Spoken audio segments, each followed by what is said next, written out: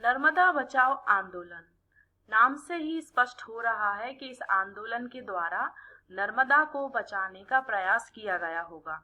ये भारत का सबसे बड़ा और लंबा चलने वाला एनवायरमेंटल और सोशल मूवमेंट है, पर्यावरणीय और सामाजिक आंदोलन है। इसका मेन फोकस नर्मदा नदी पर था और नर्मदा वैली डेवलपमेंट प्रोजेक्ट का इस आंदोलन में विरोध किया गया, जिसके तहत सरदार सरोवर बांध का निर्माण होना था। ये बहुत ही बड़ा बांध है। आइए इसके ऑब्जेक्टिव्स को हम जानते हैं। इसका पहला ऑब्जेक्टिव था नर्मदा वैली में बड़े बांधों के कंस्ट्रक्शन का विरोध करना। दूसरा है बांध के बनने से कई लोगों को विस्थापित किया जाता, डिस्प्लेस किया जाता है। ट्राइबल और रूरल पीपल, जनजातीय और ग्रामीण जो लोग हैं उनको विस्थापन से बचाना। नेक्स्ट है डैम के कंस्ट्रक्शन से नेगेटिव एनवायरमेंटल इम्पैक्ट्स होते हैं। उन इम्पैक्ट्स से लोगों को अवगत कराना, लोगों को जागरूक बनाना कि जब डैम्स बनते हैं तो उसका नेगेटिव इम्पैक्ट क्या होगा, जैसे बाढ़ का आना, बायोडाइवर्सिटीज का कम होना, जैव विविधता का कम होना, और सरकार से डिमांड करना ताकि वे जो विस्थापित समुदाय हैं, डिस्प्लेस्ड कम्युनिटीज हैं, उनके लिए बेटर रीसेटलमेंट और रिहैबिलिटेशन पॉलिसीज बनाएं। पुनर्वास जो नीतियां हैं उनका निर्माण करें। आइए इनके की इवेंट्स और लीडर्स के बारे में जानते हैं।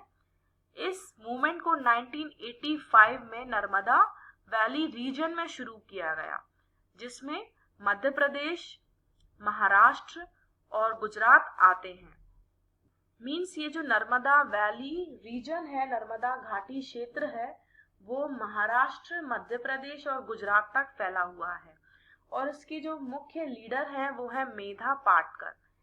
ये एक ऐसी कार्यकर्ता है जिन्होंने आंदोलन को संगठित करने में एक महत्वपूर्ण भूमिका निभाई। इन्होंने इस मूवमेंट को ऑर्गेनाइज किया और आंदोलन में बांध परियोजनाओं के खिलाफ भूख हड़ताल, विरोध और मार्च शामिल थे। मीन्स इसमें उन्होंने हंगर स्ट्राइक्स किए, प्रोटेस्ट किए और मार्च निकाले। आइए इसके सिग्निफिकेंस को हम जानते हैं कि इस आंदोलन से क्या फायदा हुआ।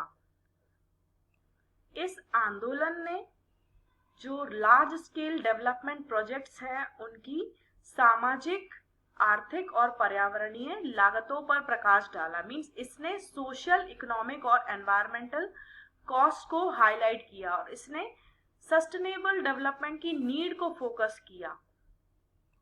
इसने विस्थापित लोगों के अधिकारों और दीर्घकालिक पर्यावरणीय प्रभावों को ध्यान में रखते हुए सतत विकास की आवश्यकताओं पर ध्यान केंद्रित किया। मीन्स इसने जो डिस्प्लेस्ड लोग हैं, विस्थापित लोग हैं, उनके अधिकारों की बात करी। नेक्स्ट है इसने डेवलपमेंट के ह्यूमन कॉस्ट पर बहस छेड़ दी कि जो भी विकास होता है उसमें मानव लागत क्या होती है, और बड़े बांधों पर नीतिगत चर्चाओं को प्रभावित किया।